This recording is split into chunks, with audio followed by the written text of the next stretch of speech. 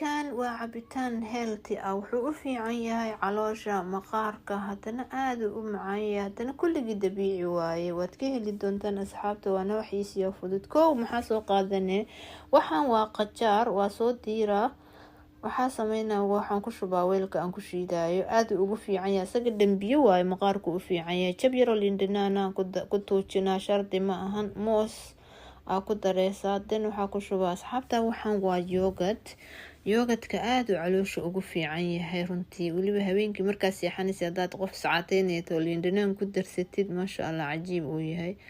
waxaa soo qaadanaya haddaadan haysan caano caadiya ku darsanay ama biyaa ku shiiday, malab aa ku daray ama sokor. Marka heeltay hadduu yahay sokor ha ku darin, haddaadan malab haysan waxba ha ku darin, saasuu macaan ku yahay. waa soo shiideynaa, inama caadi maana asxaabta. waxaa ii sheegtaan waxyaabaha fiidiyoyada nooca ka heshaan, waa inii soo gelinaa biidni allah.